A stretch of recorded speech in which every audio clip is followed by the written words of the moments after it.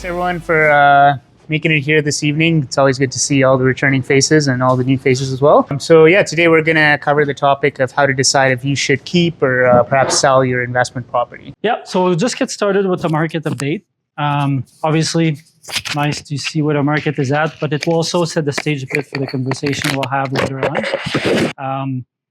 Because the decision if you're going to sell or not will be somewhat dependent on what market you're in, right? So right now, we've got a very, very, very strong seller's market. As you can see, we actually just passed below 1 month of inventory for March, which is very, very little. In fact, we had this discussion, Santhosh, Layne, and I, last year. We were around 1.45, and we're like, wow, this is really low. I don't think we're going to get that much lower than that. And yet we're like 40% or so lower. So yeah, not much inventory. And prices are up, right? Year over year, we're still up as a whole about 10%. And days on market, 20 days, which is quite short, right? That includes condition period, right? So when you think about 20 days, if someone has a 7-day condition and they had an offer review 3 days out, that's already 10 days, right? Even though it's sold technically on day one. So we've got it broken down by property types. Townhouses are insane right now. Like we're not even at 0.8 months of inventory. And we sure see that. We see a lot of bidding wars and properties are selling very quick, right? 7 days on average. But it's true for all property types, right? All property types right now are in low supply. There's just not much available to buy. And prices are on the way up. As you can see, townhouses are the ones that are up the most. And that's mostly an affordability reason to that, right? Especially for Calgary. If you can't afford a house, you're going to a townhouse, right? It's kind of the next best option. Especially if you have a family, you're going for 3-bedroom townhouse for the most part, right? At least you can get some yard, you still have space for a family. And that's per area, right? So not all areas have gone up by the same amount. And it's again the same story. It's affordability driven. So yes, on paper, the Northeast and East zones have had the highest appreciation. And some people ask us, if you're new to Calgary, that might lead you to think that maybe it's the best area to invest. And not to say that it is or it's not, but one thing to consider is it's gone up the most because it's also the most affordable, right? So they started lower.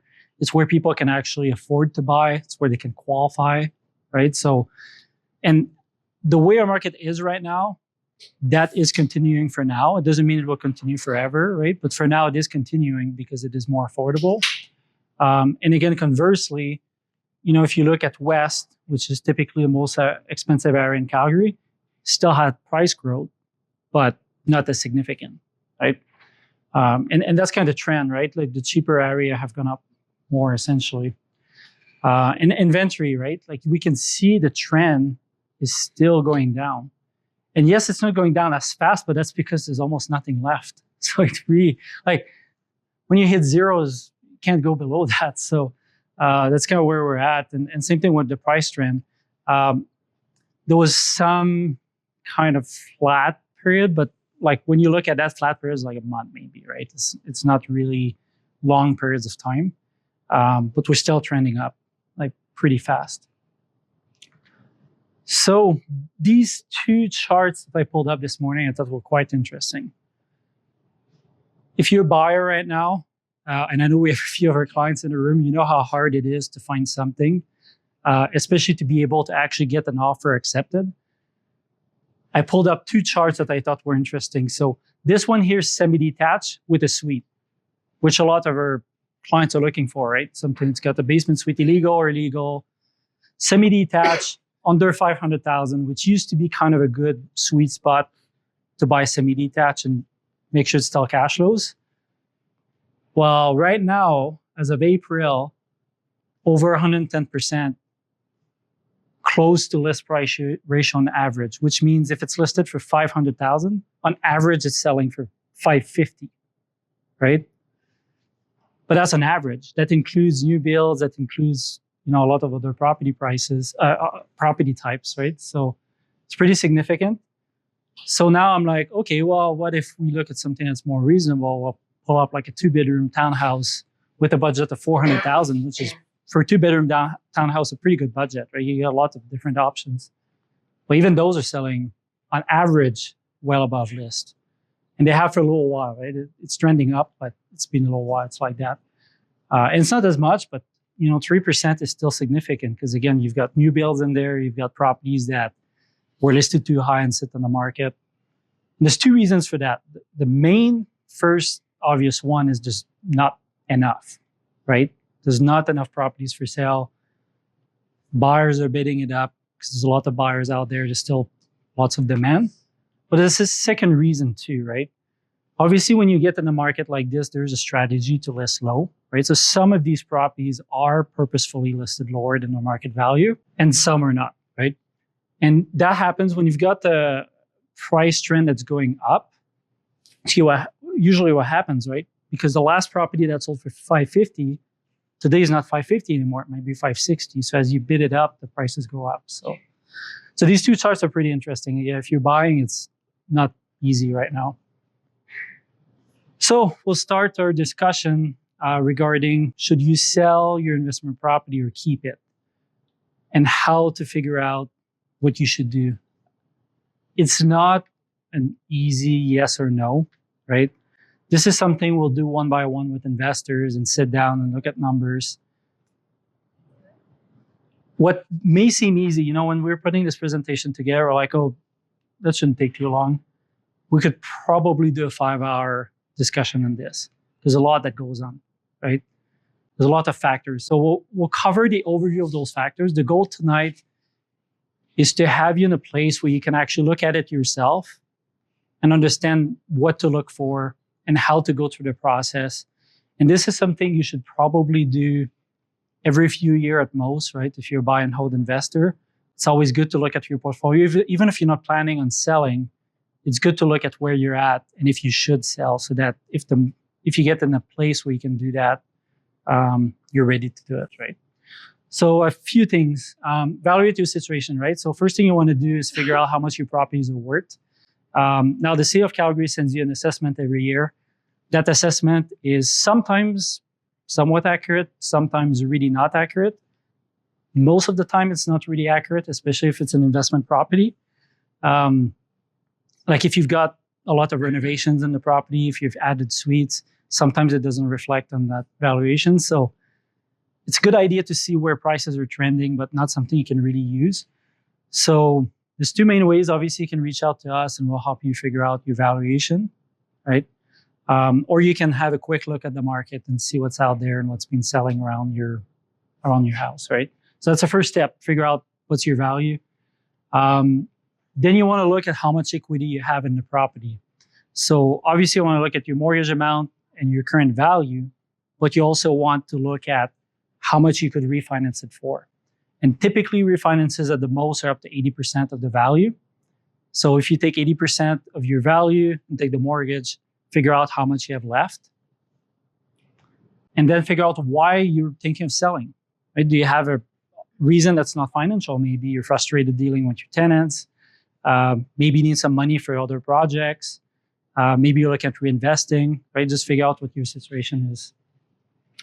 And then figure out what market you're in. Like we covered earlier, we're in a very strong seller's market right now. But if we had that discussion 5 years ago, that wasn't the case, right? Now, that being said, it doesn't mean that because you're in a seller's market, it's a good time to make a trade. Because you also have to buy if you're thinking of buying another property, right? But you still want to know what situation you're in. Do you have a problem property to sell? Right now, because it's a strong seller's market, it's a great time to sell a property that otherwise would be difficult because people don't have a lot of options. And something that might sit on the market for a long time, even in a balanced market, will still sell fairly easily right now, right? So maybe you've got a bad layout that you can't really change. Maybe it's a bad location. Maybe you've got a weird ownership structure. We've seen a lot of these deals come in lately. Layne and I were chatting about it. Deals that are typically hard to finance, or condo board that don't have condo fees or condo docs. even though it's still hard to sell those, now is the best time by far, right? And then you can trade another type of investment.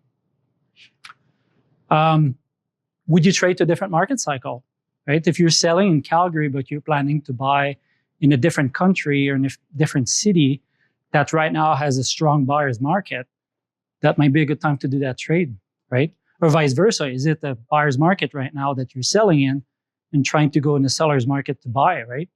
Maybe that trade doesn't make sense. So you want to figure out what cycle you're in before you decide if you're going to sell that property. And then you want to do the financial assessment, right?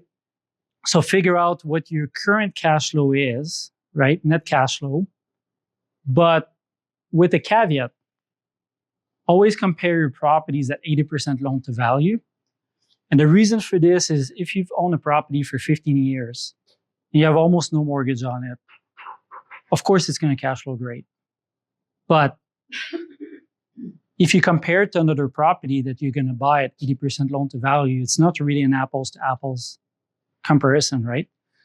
So we always benchmark our properties at 80% loan to value because sometimes it brings a surprise, right? That property you've had for 15 years maybe would be negative. And if you can trade it for a property that's positive, that could be a good move, right? And then look at your return on equity. And again, the reason for that is the longer you own a property, if you don't refinance it, your return on equity actually goes down over time because you've got more money into the deal, right? Your equity goes up, but you're still getting similar amount of income. So you want to figure out where you're at and how that compares to another investment, whether it be real estate or some other type of investment. And appreciation potential, right? Or is it likely to trend up or down from where you are today? Can you buy something else, right? Sure, maybe you figure out it's a great time to sell right now, but there's nothing to buy, or you can't qualify, right? That would make sense to sell if you can't buy anything else, and you're just going to sit with cash on a property. You're trying to scale up, right? There's some people that will sell because they're trying to do something different. Maybe they're trying to buy a 30-unit building with some other investors, right? An opportunity cost, and that's a big one.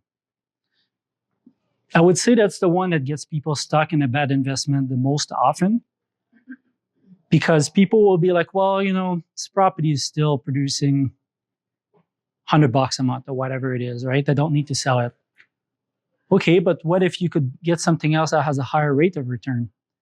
That difference between the return you could get and the return you have right now is your opportunity cost, and that can be significant over time. And that's especially common if you have a property that's paid out, or you have very little money into it because you've owned it for a long time. And consider inflation, and that's a big one right now.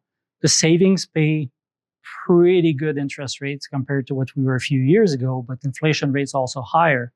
So if you sell, you have nothing to invest with, and you just sit in cash for a long period of time, and you have no plan to deploy that cash, yes, you might get a 4 or 5% return, but if inflation is at 5%, and that's reported inflation too, all know here, I think that real inflation is higher than that, you're essentially losing money every year, right? So you need to have a plan to account for that as well. And then one thing that's really big is, do you even need to sell, right? Because the reasons we discussed earlier, if you need liquidity, for example, maybe you can do refinance instead of selling. Maybe, you're trying to buy another property. Again, maybe you can do refinance. So biggest difference is, you do a refinance, you're looking at appraiser cost, legal fees. That's it, right? No other fees usually. If you do a sale, you're looking at realtor commission, RPR, right? Real property report. If you need one, you don't always do, but something to count. Tax, right? Now, a lot of people misunderstand capital gain. You're not paying 50%. 50% of it is taxable. And CCA recapture is one that a lot of people forget about. So that's capital cost allowance. Most investors use capital cost allowance to reduce their tax burden. Essentially, it allows you to depreciate the property over time. And it saves you on tax today, But what a lot of people forget, you need to pay it back when you sell. It's not a tax write-off. It's a tax deferral. It's more like an RSP, where you save the tax today, you kick the can down the road, but at some point you need to pay it back. And that can really, really add up. Some people don't really track where they're at with that. And in some cases, by the time that you pay for the CCA and pay your capital gain, a refinance might actually net you more money, even though it's up to 80% loan to value. It's situation dependent, right? But in some situations that happens. And then legal fees, right? Obviously, lawyer for the sale. And mortgage penalty, which sometimes can be a significant one, especially right now. Layne can speak further to this, but if you have a fixed rate and you're only a year or two into it, the penalty can be pretty high. If you're in a variable, it's not as bad. It's usually 3 months interest, but something to consider for sure. Again, the refinance being tax-free is a pretty big deal and allows you to keep the property, right? Okay, so I'll hand it off to Santhosh.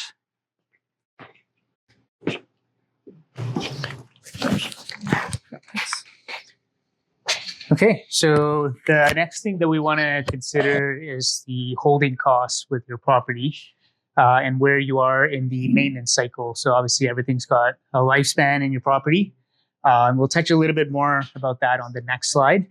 You want to consider how expensive this property is to maintain on an ongoing basis. If you're having to use property management, maybe you're living out of province or out of the country, is that cost adding up, and is it still making it a feasible investment, right? And how is the vacancy rate in the area that you own this property? Because right now the vacancy rate is low, but to some extent vacancy rates are pretty high in some of the suburbs, especially in new build communities. So something to consider. Okay. Maintenance cycle. So like I talked about earlier, so every house has these few items typically. You've got your roof, hot water tank, furnace, stuff like flooring needs to be replaced over time. So for example, you've had this property for 15 or 20 years, and when you bought it, it was nicely renovated, had a new furnace, new hot water tank, new roof, so on and so forth. But now 20 years down the road, everything's kind of starting to come to the end of its life. And now you got to sink money into the property. So you'd have to weigh your options and decide, okay, if I have to spend 10 grand for the roof and possibly the furnace could die at any moment, so I got to spend another 6 grand there, and my hot water tank might go at any time. So, and to weigh it against what the market could potentially appreciate and how much equity you might make in that year or so if you were to replace it and kept it for another year, right? So this is a little kind of cheat sheet that you could use just to have an idea of the lifespan of various items in your house. This is actually from the government of Alberta. The RTDRS has a depreciation sheet for all the things in your house. So this is just a screenshot of it, but there's, I think, 3 or 4 pages. So if you have to go to the RTDRS, there is a depreciated value formula that they use. So if your tenant damages the stovetop, for example, they kind of use this formula to kind of work out the reasonable fair value for the repair. Okay. The next thing you want to think about is the future potential of your property, right? For example, you want to think about whether your property is in an area that's kind of improving or trending upwards, or has things been relatively stagnant for the duration that you've owned the property. Are there any planned upgrades for the area? Any bus routes coming in the area, train lines, right? So things like the Green Line.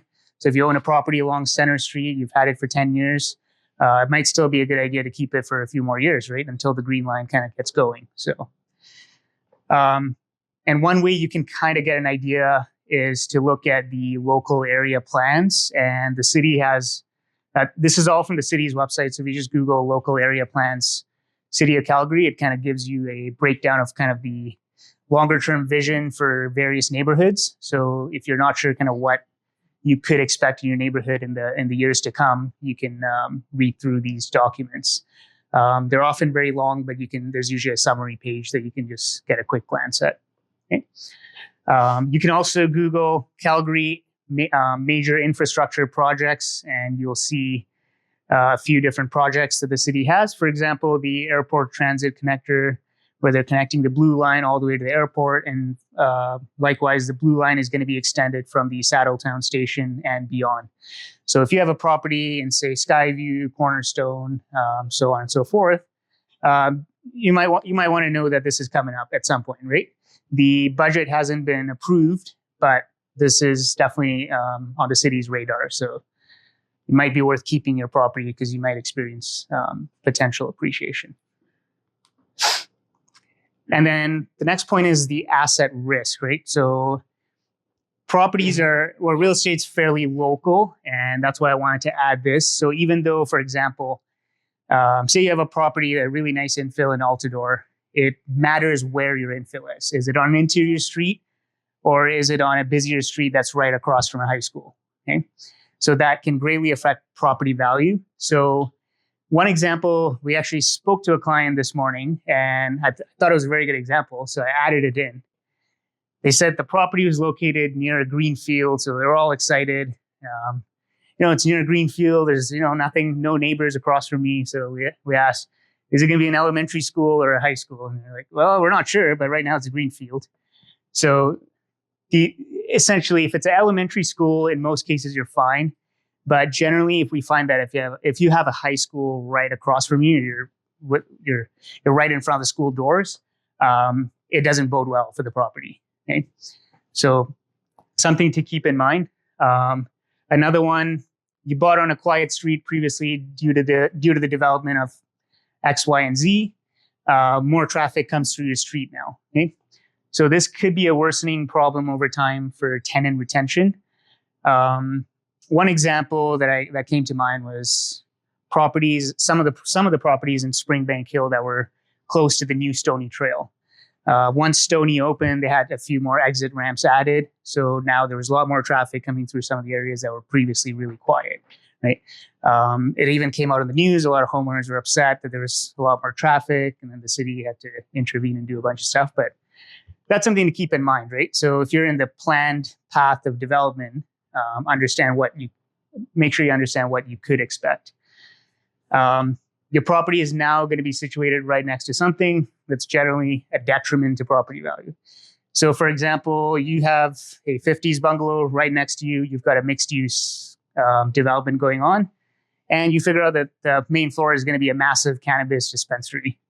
So, generally, it's probably going to hurt your value if you go to sell if you have a cannabis store right next door to you. Okay, and this one. Buying in a higher than average rental vacancy area, such as far suburbs or new build communities. Even in a tight rental market like today, vacancies are a thing.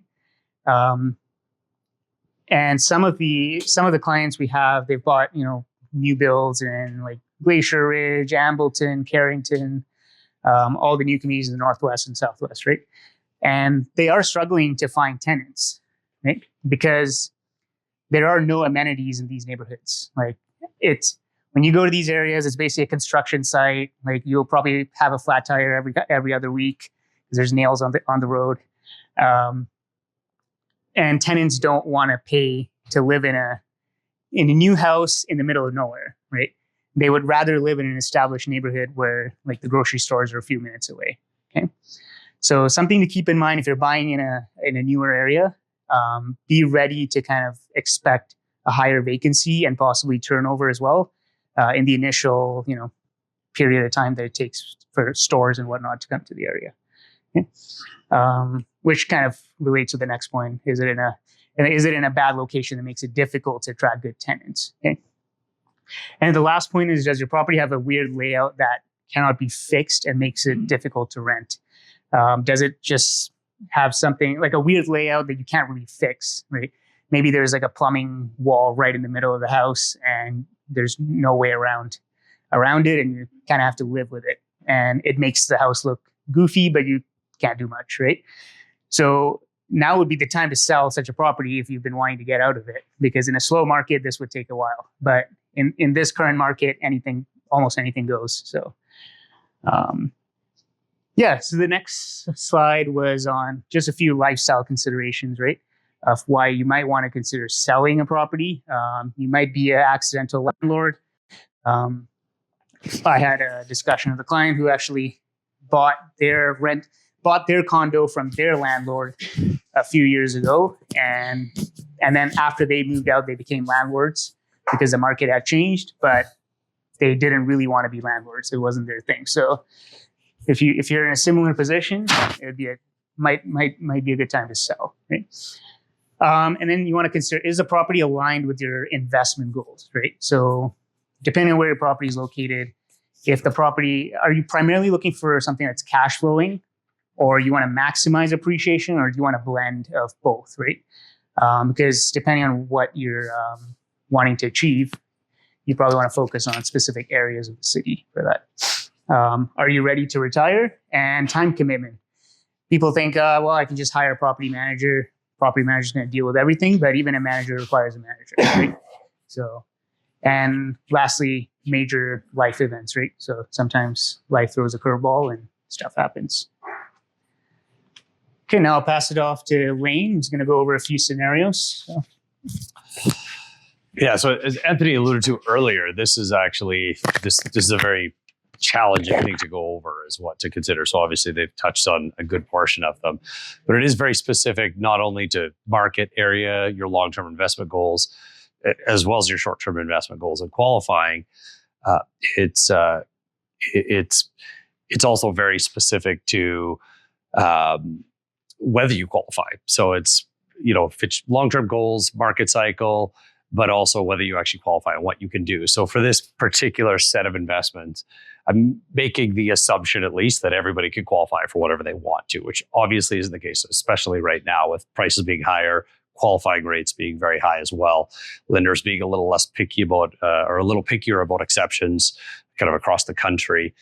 It's a bit more of a challenging time, but we're going to assume through these scenarios, and these are actually real life scenarios that have come to me over the last however a couple of years. But this is something I deal with a lot when people are either at their renewal point or even just discussing investment. So in this particular case, this was one that somebody bought, called me. It was kind of recommended by a friend, and he'd already bought this property, paid $484 in Mayland Heights, which I actually think is a decent community east of Deerfoot.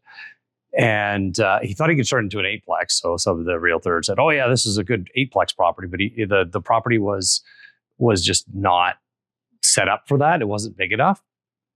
So just the type of person he is, he likes to do everything in his renovations really well. So he overbuilt this property, put $200,000 into a house in Mayland Heights. So he's in it for about $680, and it would sell for about $670. So you lose $10,000 off the top, but after another $40,000 in other expenses, real estate fees, commissions, penalties, legal fees, he's going to lose about $40,000. So in his mind, as we were talking about it, he's thinking, okay, well, that's okay, because he's in a 1 year at this time, or renewing. He was coming up at his 2-year renewal, and he's thinking, okay, well, I just want to wait because I don't want to take a loss. And because that's what he's like, well, if you panic when things are down, then you take your loss, right? And that's true of the stock market. When you're panicking about the market, that doesn't mean you should sell a bad asset if you bought a bad asset and you're going to take a loss, because he's going to wait for the market to go up 10% to rescue his mistake.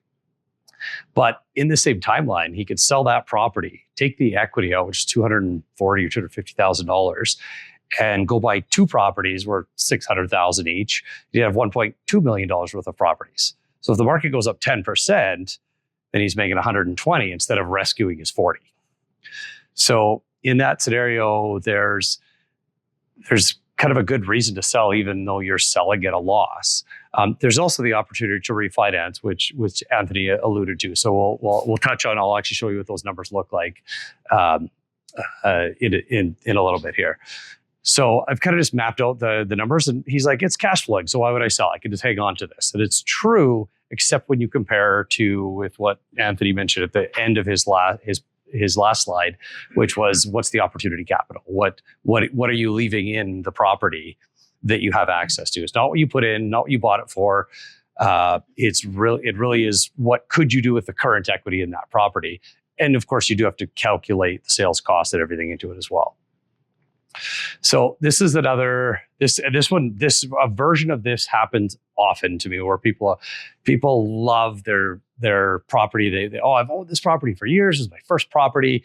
So a client came to me with this same scenario, and he's got a $500,000 house, starter home, no garage, but he's only got a $175,000 mortgage on it. He's owned it for a long time. So and he's just refinanced it, went into a 30-year AM again.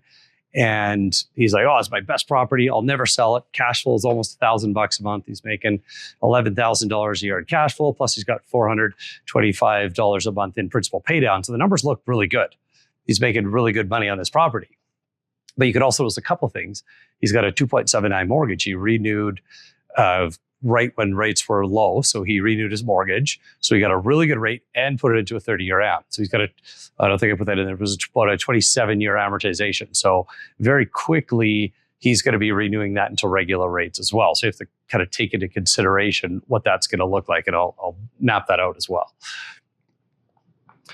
So this is some clients. They have they moved from Edmonton. They owned a townhouse that they lived in Edmonton. And this one is negative cash flow, and they could sell it for about $295, and they owe about $285 on it. They've got a mortgage that's at is probably a reasonable expectation for what they're going to renew in 2027. Might even be less than that, but even if we just use that, that's a reasonable interest rate. But they're losing $102 a month on that. So they're like, let's get rid of that. But then the counter argument comes in. Well, what are you going to get for it? Like, you can't, when you sell that, what else are you going to do? And the answer is nothing. So you've just eradicated that from your real estate portfolio with no capacity to replace it. So because of what they likely end up, we figured there's a possibility they'd end up having to pay $5,000 or $10,000 out of pocket to sell it. And even though they're losing $102 in cash flow, their principal pay down is actually between $7,000 and $8,000 a month. So if you've got to cough up $5,000, $10,000 to sell a property, and then you're giving up the $8,000 or $7,000 a year that you're net making on that property with the principal pay down, minus the negative cash flow that you have, does it make sense to sell it? And a lot of my answer comes from like, it's a negative property. Like, why not sell it? There's no future upside. It's a townhouse. There's no redevelopment opportunity there. You might as well get rid of it. But in this case, it's actually going to cost you money to get rid of it. You're making money on it. You just wait 5 years. You might get enough where you could do something with the equity in it. Plus, you'll have some pay down. So in a market like today, where we know it's relatively strong and inventories are low, we have a little bit of runway to not have to worry about a downturn as much as we often would. So I think, like, in my opinion, if I owned this property, I wouldn't sell it. Now, everybody's circumstance is different as well, but I wouldn't see the point in selling a property like this just to pay money out of pocket to then lose an annual return where I can't actually replace it with anything. And this is actually my house property that I have in Greenview. It's got an oversized double heated garage, an oversized single heated garage, good property, easy to rent, good parking all around it, across from a green space. So it's always been an easy property to rent. So I've actually just refinanced it, and it only makes $130 a month right now, but this is actually a really good property. So I refinanced it to 80% loan to value. The renewal is up, so that's what we did. But if you'll notice, the rate is 25-year AM, so it's probably not, it's 25 and a half, probably it's about 6 months ago that I renewed it, but it's at a 6.6 variable mortgage. Likely, like, I'm in a variable mortgage right now because I know rates are going down, or I'm confident enough that rates are going down and I'm willing to overpay for a little bit, but that number is going to change. So in order to decide like which one of these properties to sell, trying to ignore all of the other things, we have to at least start with an apples to apples comparison, which Anthony alluded to as well. So I basically take the same slide and I just added a refinancing. So if we refinance this first property, this is the one at Bayland Heights that the guy overpaid for, that he doesn't want to take the loss on. If he refinance this property, his cash flow up to 80% of the current value, he can do an equity takeout. So instead of getting $230, he's going to get an equity takeout of 162. But now the cash flow goes down to 258, so it's not that great anymore. And you'll see when we see the comparison, he's got some principal pay down there still. So it's still a decent property, and it increases his return. And if he happens to like it, he's got good tenants, maybe he is just going to want to keep this property. But the return isn't as good as it appeared when his rates were structured differently. And again, all of the mortgages I've done at 4.25 and 80% loan to value. So I picked 4.25. Just, you're never going to have all your mortgages renew at the same time. I wouldn't recommend that. But we have to assume that they're all going to renew at whatever level. So we just have to pick a number to make our assessment of our individual properties, including the potential purchases. We're going to do it at the same rate when you're doing a comparison. So this is the second scenario where the townhouse. So if they max that property out, they start losing $200 a month. This isn't the townhouse. This is the person that owned the property forever and didn't want to sell it. Once we take that 175 mortgage at 2.79, we move that up to 80% loan to value. So he's maximizing his use of his equity. He's at a 4.25. He's actually losing $200 a month. So this best property that he'll never sell because it's an awesome property and always cash flows has now turned into a negative $200 a month. Now, I think he might actually be able to rent it for a little bit more as well, but possibly in this market. But I'm just, again, doing an apples to apples comparison. But this property that he thought was so great is actually not cash flowing near as well as the first investor's 80% loan to value house with a basement suite. This third one, couldn't even really do. It's already over 80% loan to value. So we're just going to kind of ignore that because it's a whole different consideration. As I mentioned, do you want to keep a negative cash flowing property?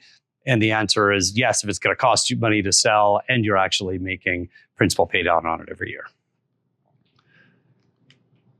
So this is the house, this particular house, if I refinanced it. So I'm only pulling out another $30,000 because I just did the refinance. The prices have gone up enough that this is probably what I could refinance it for now. But so the only real difference I did is I took out the 6.6% mortgage and I redid it to match everything else at 4.5, assuming that that's what I'll end up being able to lock it in at some point over the next year or so.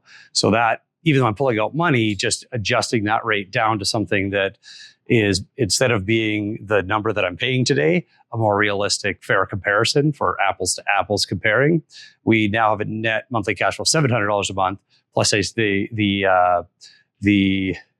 cash flow is about, the principal pay down is about $4 or $5 difference per month. So basically negligible, but it's $1,500 a month, $18,000 a year in terms of income on that property. So now I can compare that to what the return would be on the 20% that I'm leaving in that property.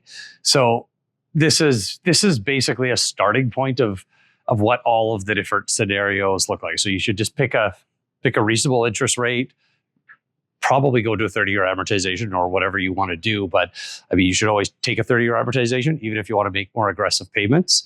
But you would always want to make sure that you're keeping your cash flow as positive as possible for qualifying purposes. But this is, again, a whole bunch of different scenarios. And this would, as Anthony said, if we really got deep into this, I'm even rushing through the few scenarios that I have and only touching on a few things. But the basics for this are just, at the very least, put all of your properties into a similar amortization, 80% loan to value mortgage, pick an interest rate, and that gives you a basis point of where to even start. Then you have to start layering in, okay, is this property got future? This one doesn't have as great of an ROI, but it's got better future potential. And, things like essentially all the other things that would weigh into it. The other scenario is that we have to look at whether you qualify. If you don't qualify to buy anything, there's no point in selling a property to improve the ROI if you can't do it. So we need to make sure that that's just, something that we look at as well. And these are just some of the things that we look at, but it really is an individual case by case basis. And there's just so many dynamics that we can't fit into it. We thought this would be easy because when we do it with an individual on an individual property, it is easy because everything's very specific to the area that we know, the return, their long-term goals. But to build a template, we found it almost impossible to do. So that's really the point. This is already the stuff Anthony touched on. They're a not so great property. Don't bother selling it if you can't get something else. Cash flow is only one consideration. There is future upside. I've got properties that don't cash flow as well, but we've been able to then redevelop them into something that's really accelerates our appreciation or our return on those properties. So I think that's it for now. So I think we can pretty much wrap this up. And does anyone have any questions? Yeah, I guess fair enough. Go ahead, Sean. Anthony, you mentioned something. Maybe I don't remember correctly, but you said that if you're not refinancing your house and you're just paying it down, then you can lose money. Can you just explain on that? Sorry, can you repeat that last part? Sorry, I'm trying to remember exactly what you said, but if you didn't refinance your property and so return on equity. Yeah, so as you pay down a property and as the property appreciates in value, you have more and more equity in the property, right? Both by principal pay down and market appreciation. But your income, yes, it goes up, but not as much. So as a percentage, right, because the way to calculate return on equity is you take your NOI, right, your net operating income, and you divide it by how much equity you have. So obviously the higher equity, the lower that percentage is. And that's why when you do a refinance, you improve your return on equity. Now your cash flow drops, right, because you have a bigger debt to service. But your actual return on equity goes up. That's why every few years it's good to look at your portfolio, look how much equity you have, look how much cash flow you have after you refinance. And as long as you're comfortable with leveraging to 80%, then you can go back and kind of reset, if you wish, that return on equity. We kind of skipped over a part of where we're treating it a little different. It's not like just to point out that what we're considering as the investment, even though you haven't made an investment, is the equity that you can pull out.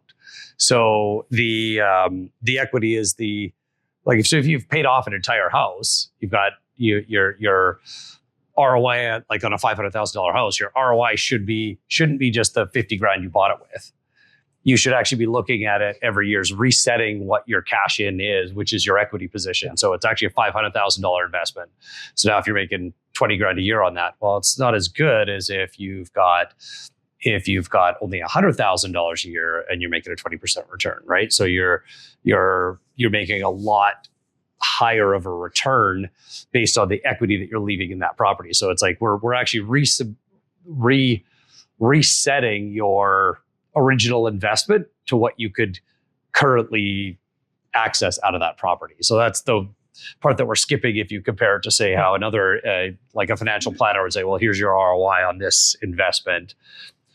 We're resetting that constantly. And that's basically what we're suggesting you do is don't get caught up on, well, my cash flow and everything else. You got to look at the equity portion. You should treat it almost like if you had if the same property showed up next door, identical, and everything about it was identical, would you buy it with 20% down? And if the answer is no, then you should consider selling, because that's the real value that you should be looking at. And a lot of people are like, well, no, it's a great property because you've got a $175,000 mortgage on a $500,000 property. Yeah, essentially, it's the whole idea of why most people wouldn't own a property in cash, right? Yes, you could buy a property cash. Yes, you'd have an awesome cash flow because you have no debt to service, but your return on investment wouldn't be that great because you have a lot of money into the deal. So it's the same idea. It's almost like an opportunity loss. Yeah. Yeah, especially, and that's that's keeping them at easy, right? Because technically, if you refinance, use that capital to buy another property. Now, not only your return on equity is higher on this one, but now you own another one that also produces a return, right? So, Asterisk being the qualifying rate. Yeah, as long as you can qualify for it. Yeah. Some of that's based on risk tolerance, right? Of course, Yeah. 100%. Yeah. Properties, you're gaining more overall than if you have 2 properties paid off. Right? Well, you pretty much always gain more by not paying them off in terms of return. That being said, you touched a very important point. That's dependent on your own risk tolerance, right? And there's a level at which it may not make sense to refinance anymore, right? For example, if you refinance and it puts you at a very large negative cash flow, maybe you don't want to refinance that high and you want to keep it lower, right? Or maybe those properties have a certain risk factor that you're accounting for by keeping the leverage lower, right? So it's case by case basis for sure. And as Anthony mentioned, to the capital cost recapture, you have to, and it's very few investors are actually paying attention to how much that's actually building up if they've been using that as a tax deduction and they've owned a property for 20 years.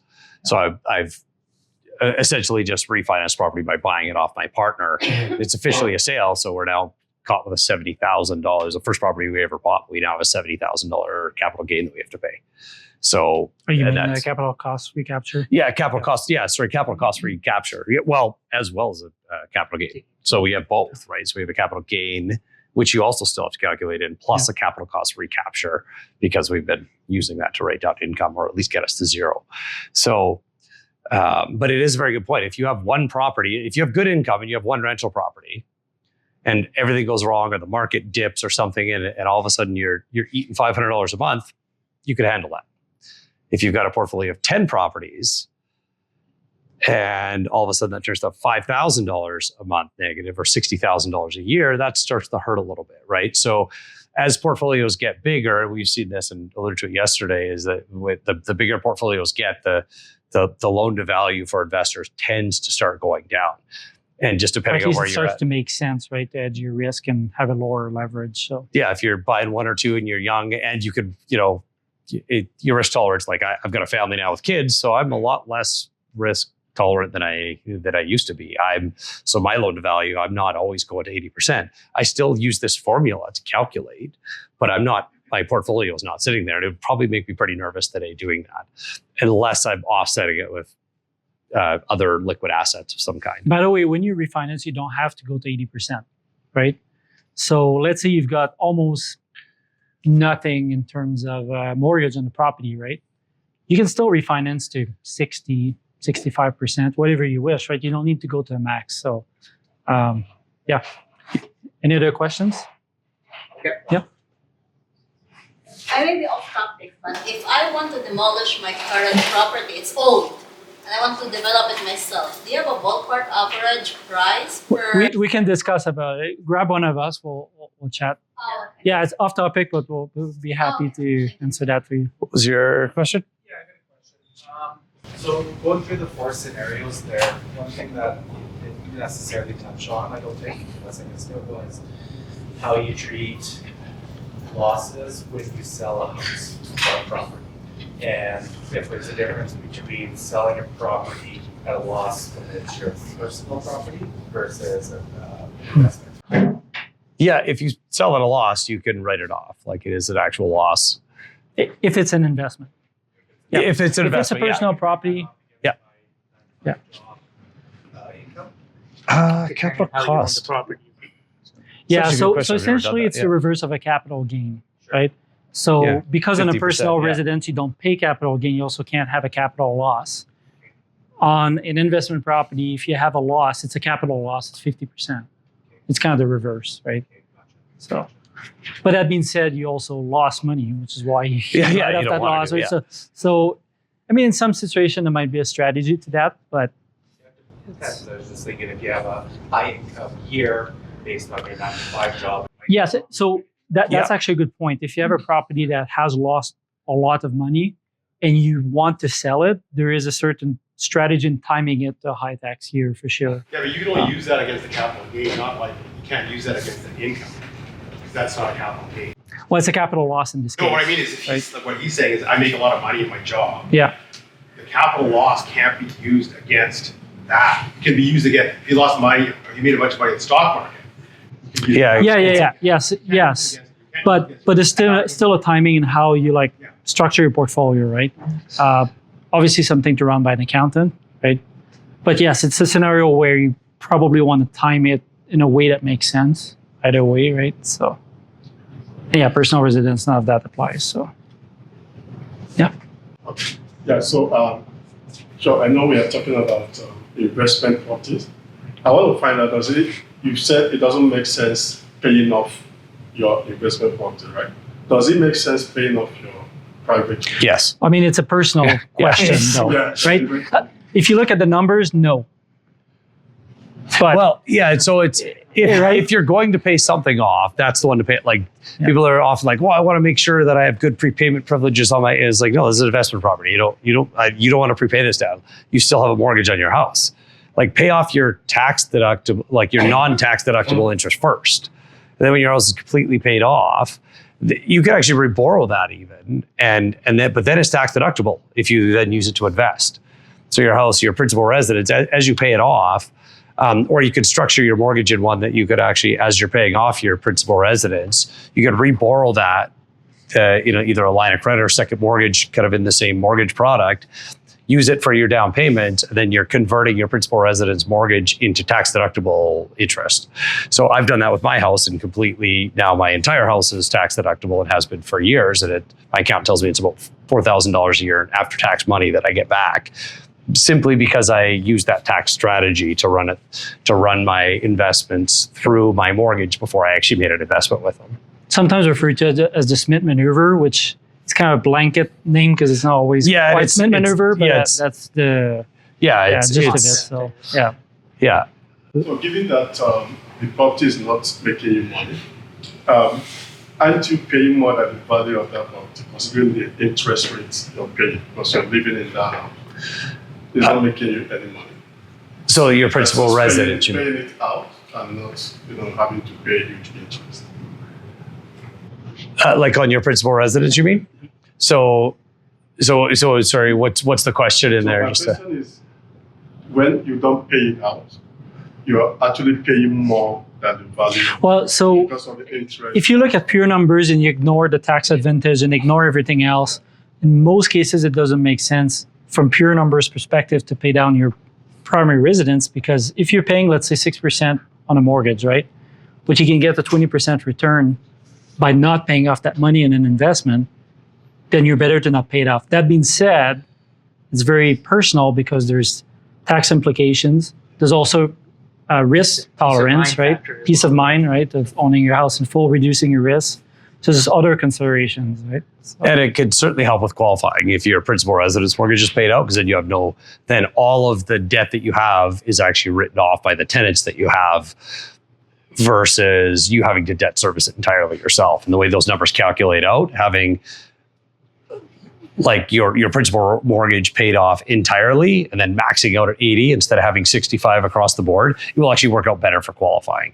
So there are circumstances where it makes sense. And of course you don't, but it's really just an answer of leverage, of your overall leverage. If you're not borrowing, you're not taking advantage of leverage, which is really the key to real estate. Like if you're leveraged 5-to-1, which at 80% loan to value mortgage would do, and you make a 2% return, well, that's 10%. And that's inflation. I think inflation, no matter what the government calls it, we're probably going to have 4% inflation over the next however long, just because they need to inflate away the value of their debt. But in doing so, if you're a real estate investor and you have a lot of debt, they're inflating away what you owe as well. So as long as your cash flow and everything makes sense, let's say we can count on 4% appreciation or estimate that. I'm kind of estimating around there, and I think I'm a little bit cautious in that. But a 4% appreciation, leverage 5-to-1 is a 20% return on my money. So I can pay off and save myself, 4.5-5% on my conventional mortgage, maybe 5.5% right now. But then I'm giving up making 20. So having said that, I'm also a little bit older than these guys, and I have a family, and I'm a little more risk adverse too. So I do actually have my loan to values a lot less than they do, and a lot less than I did when I was starting out too. I just didn't matter. I knew I could work it out when I was younger. Now I'm like, nope. Now I got other things that I got to be cautious of, and I also don't have as much time to recover, whereas I used to have all the time in the world to recover. So depends exactly where you are. But we even discussed this yesterday. Most billionaire real estate investors have 50 to 60% loan to value in their portfolios, but they didn't start out that way. Yeah, so that's the thing, right? They will claim like this is kind of our business structure today, but when they were in growth mode, they were offering a lot more leverage, right? So again, it's something you adjust as you go, and it is case by case basis to some extent. So I think we'll wrap it up. We're about the hour mark now. So So yeah, thanks everyone for coming. We will be here until we kick you out pretty much. So you can stay around, network with other people. If you don't mind, just grab your chairs and you can pack them in the corner. Just, the people just with to the white free up the chairs in space. back, because these chairs will. Well, we can move them all in the corner, but Well, let's just turn it backwards. yeah. and- yeah. just get them out of the way. Yeah. So.